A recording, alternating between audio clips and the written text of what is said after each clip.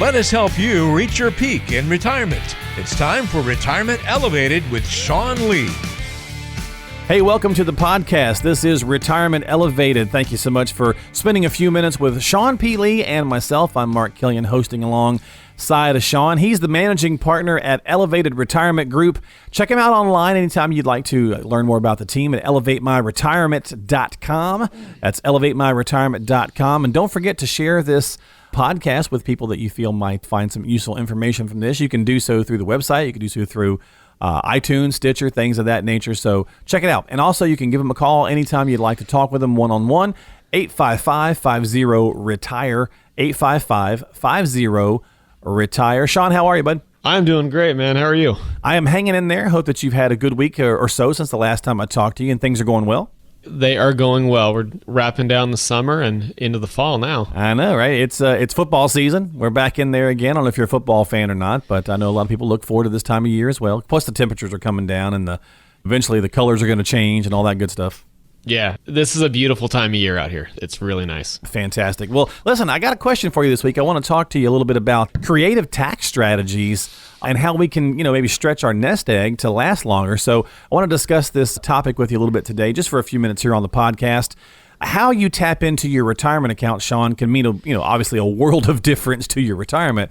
Sometimes going against popular thinking can pay off. So enlighten us a little bit about this and what we can maybe extract from here. Yeah, tax planning is by far one of my favorite subjects when it comes to building an income plan. I know it sounds odd, but what I found is that if you can build a really good tax strategy that coincides with your income plan, that's going to have a dramatic effect on your overall success of your plan. Right.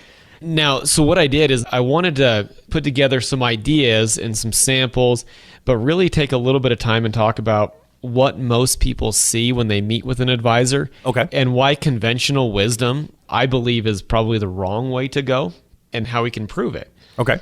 So we'll just take conventional wisdom. When it comes to tax planning, what does your advisor always tell you? Say I've got a 401k, say I've got a Roth IRA, and say that I've got an after-tax brokerage account. Most commonly what will happen is that the advisor will come to the individual and say, listen, let's sequentially pull income out from your accounts, and let's use your taxable account first, your post-tax money. We want to keep your tax rate as low as possible, and we want to defer out your IRAs. And you hear that all the time because, the deferral is more powerful.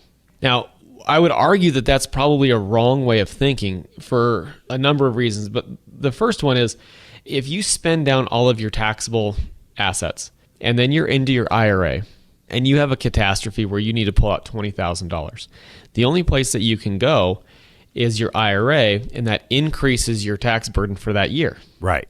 So you're really getting 75 cents out on the dollar if you're in a 20% Fed and 5% state tax bracket. And it becomes even more catastrophic in the plan if you follow that conventional wisdom. So what I did is I thought, okay, if I'm going to talk about conventional wisdom versus unconventional wisdom, let's put it to task and let's create a scenario where we can see, is this going to work or not? So I did. Maybe I'll try to paint a picture of a married couple of, Joe and Jenny. They're 66 and 65 years old. And Joe and Jenny are looking to retire in a year, and they've done a pretty good job. They've saved about $680,000. And Joe has $500,000 in a 401k. He has $125,000 in a taxable account, and then $54,000 in a Roth. So he's got a tax-deferred account, a tax-free account, and then a taxable account. Now, conventional wisdom, his advisor would tell him, pull money out of your $125,000 taxable account first, then out of your $500,000 IRA, and then use the Roth last. And so we took that conventional wisdom, and then I added in some other hypotheticals, which I don't think are out of line. I used a 6% rate of return. Not light the world on fire, but not ultra conservative. And I used a 3.28% annual rate of inflation. But they need $30,000 a year net in their pocket to live. So that's what they need to pull out of their retirement accounts. So they've got $680,000. They're earning 6%, 3% inflation, and they need to pull out $30,000 a year. Now, this is where the fun begins. If we do that, we start to create that $30,000 a year of income by using conventional wisdom. Interestingly enough, the individual, or Joe and Jenny, they run out of money at 88 and 87. Okay. So why did that happen? Well, we didn't pay taxes up front, but then that middle pot, we had to start to withdraw more money from the IRA, and it put a little bit more stress on it because we had to pay taxes. And so then I thought, well, that's not good enough. I don't like a success rate of 88, 87. What happens if we started to think about things unconventionally? And what happens if we then said, you know what, let's flip things around a little bit. Let's pull money out of the Roth IRA first, the IRA or 401k second, and then the taxable account third. I didn't change any of the returns. I didn't change any of anything else. But by flipping around the sequence in when I withdrew money, the accounts then lasted until 93 and 94 for Joe and Jenny. We just flipped the sequence. We pulled the Roth money out first. Huh. Wow, interesting. Now, the reason that happened is that you hit the IRA money quicker. Okay. And you let the taxable accounts continue to grow. And towards the end of the plan, it's all post-tax. But then I thought, you know what? That's not good enough. Again, what if we really put some thought into this? And what if we, instead of pulling money out sequentially, started to simultaneously pull money out of the accounts?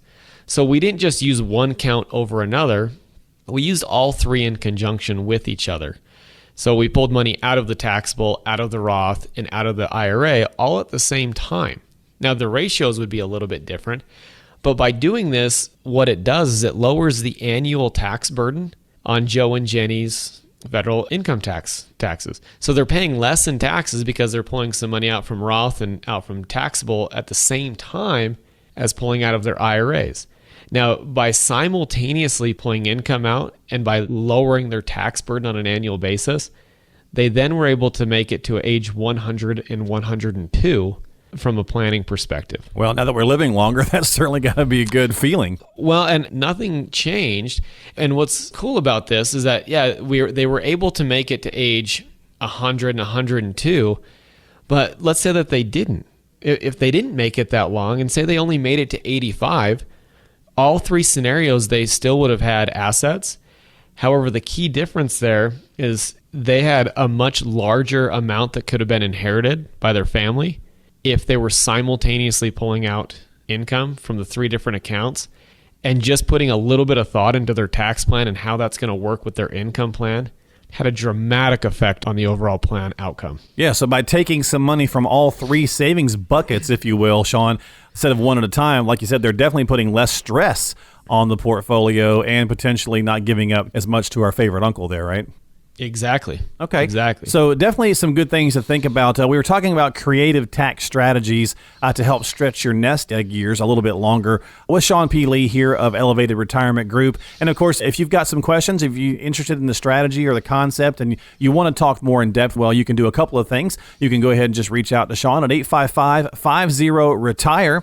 That's 855-50-RETIRE. You can stop by the website, elevatemyretirement.com. Again, that's elevatemyretirement.com. But, definitely give him a call, get on the calendar, come in and talk with him right here in the Salt Lake City area. And don't forget, share this podcast. This is Retirement Elevated. Share it on iTunes, Stitcher, and various other podcast platforms. And Sean, man, thanks for the information today. Really appreciate it, and interesting strategies to think about when it comes to our nest egg. Awesome. Thank you, man. We'll talk to you soon. We'll do it again next time right here. Thanks so much for tuning into the podcast. We'll catch you later. Sean P. Lee of Elevated Retirement Group, and you've been listening to Retirement Elevated. We'll catch you next time. Bye-bye.